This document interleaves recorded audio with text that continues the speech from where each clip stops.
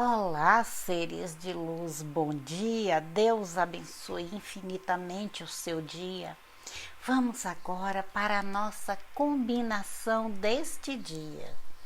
Vamos para os pássaros e o coração e vamos ver o que essa combinação traz para você, meu amigo, minha amiga.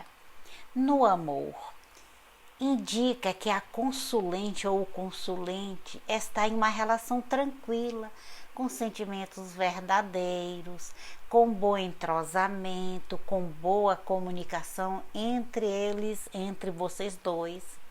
Na saúde, indica que o consulente precisa procurar ajuda com a parte circulatória, que isso pode ser uma preocupação em breve. No financeiro e no trabalho, no financeiro, mostra um desejo material sendo realizado através de comunicação com outras pessoas. O consulente conseguirá expressar seus desejos e planos no trabalho.